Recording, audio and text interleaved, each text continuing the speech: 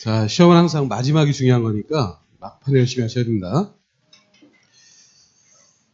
자, 오늘 정비법 요약집 31페이지요. 문제집은 206페이지입니다. 자, 내용을 좀 정리를 하면서 보죠.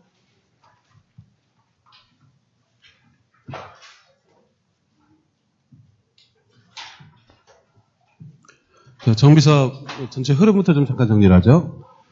정비사업을 하려면 정비구역을 지정해야 되고, 정비구역 지정하려면 먼저 정비 계획을 수립을 하죠. 정비구역을 지정하고 이 정비구역 안에서 사업을 합니다. 정비 계획 전에 한 도시 전반에 관한 정비사업의 방향을 설정하죠. 정비 기본계획, 그리고 그 정비사업에 관한 국가정책 방향을 정하는 게 있죠. 기본 방침을 정하죠. 기본 방침은 국가정책 방향이니까 국토부 장관이 방침을 정하고, 그 다음에 방침에 맞춰서 정비 기본계획 각 도시별로 특별시에서는 특별시장, 광역시에서는 광역시장, 시에서는 시장이 수립하는데 군에서는 해당이 안 된다. 주의해야 되죠. 그 다음에 기본계획으로 정한 방향대로 정비계획을 수립을 하는데, 정비계획 수립은 시에서는 시장이 수립하고 군에서는 군수가, 그리고 특별시나 광역시에서는 특별시 광역시가 정비계획을 직접 만드는 게 아니라 구청장이 만들죠. 정비기본계획은 하나고 정비계획은 구역별로 만드니까 서울 같으면 1000개가 있어야 된다 그랬죠. 그래서 구청장이 정비계획을 입안하게 되고 특별자치시나 특별자치도는 직접 수립을 하죠. 정비계획을 수립하는 이 사람들을 합해서 시장, 군수 등이라고 하죠. 다음 정비구역 지정은 구청장은 정비계획을 입안만 하고 구역 지정은 특별시 광역시가 지정하게 되죠. 그래서 구청장 입안하고 구역 지정 신청을 하면 특별시 광역시가 지정, 그리고 시군에서는 시장 군수가 정비계획도 직접 입안하고 구역도 직접 지정하죠.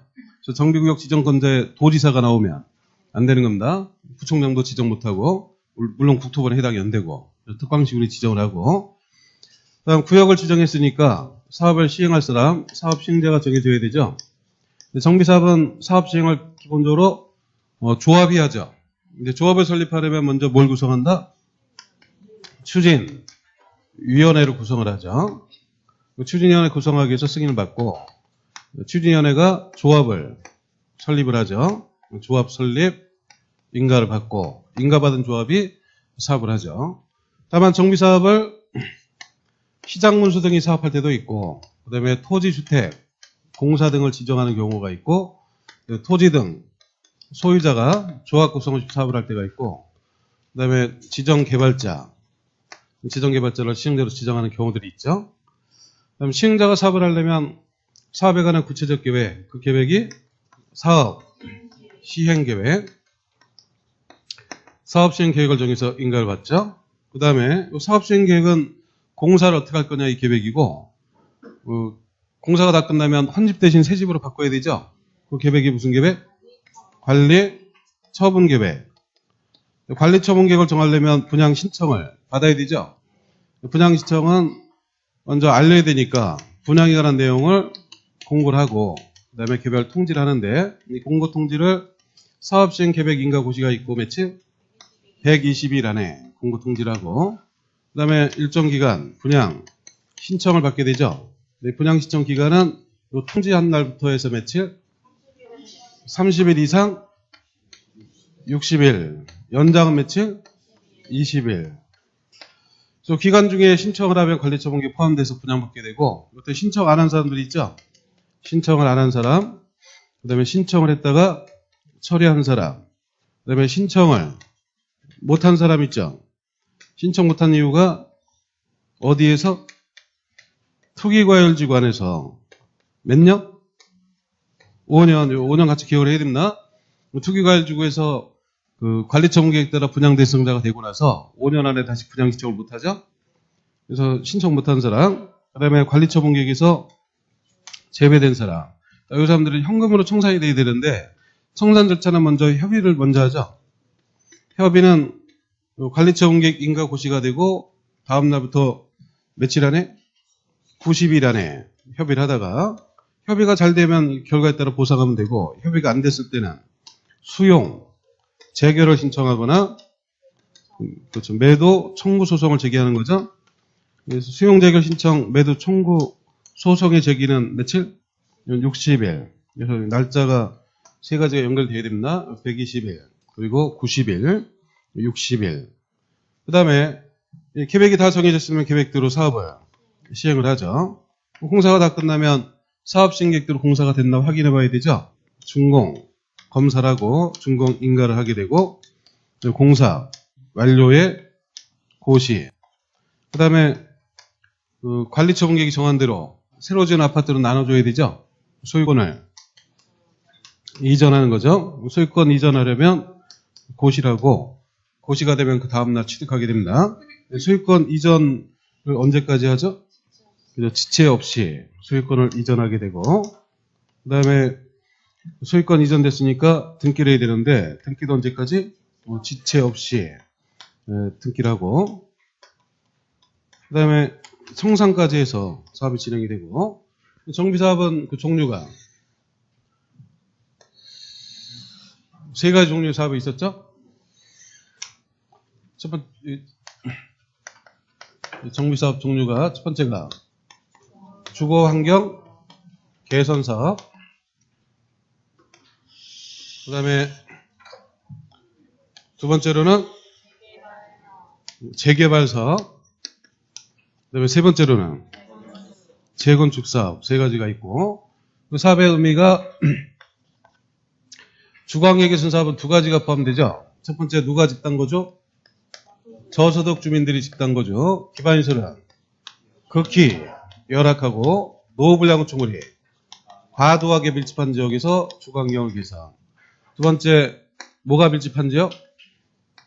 단독이나 또는 다세대 주택 여기 밀집한 지역에서 시설을 확충하는 거죠. 정비 기반시설, 공동이용시설 확충을 통해서 주거환경을 보존, 정비 개량하는 사업. 재개발 사업도 두 가지가 포함되죠. 첫 번째 정비 기반시설은 열악하고 노후불량 건축물이 밀집한 지역에서 주거환경 개선. 두 번째로 어느 지역? 상업지역 또는 공업지역 등에서 도시기능 회복, 상권 활성화 등을 위해서 주거환경이 아니라 도시환경을 개선하는 사업. 그다음에 재건축 사업은 정비 기반시설은 양호하죠. 노후불량 건축물에 해당하는 어떤 주택? 공동주택. 이게 밀집한 거죠. 이게 밀집한 지역에서 주거환경을 개선하는 사업. 일단 정비사업의 의미가 확실하게 정리가 돼야 되고 그 다음에 중요한 용어 중에 토지 등 소유자가 있죠. 토지 등 소유자는 주거환경 개선 사업과 재개발 사업은 공통이죠. 정비구역 안에 있는데 첫 번째 토지를 소유한 사람, 토지 소유자 또는이다, 미시다? 또는이죠. 토지 소유자 또는 건축물의 소유자 또는 그 토지의 지상권자.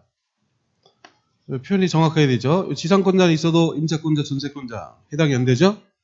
그 다음에 재건축의 경우에는 정비구역 안에 있는 거랑 똑같죠? 근데 건축물 또는이다, 미시다? 미시죠. 건축물 및 그 부속, 토지의 소유자가 토지등 소유자.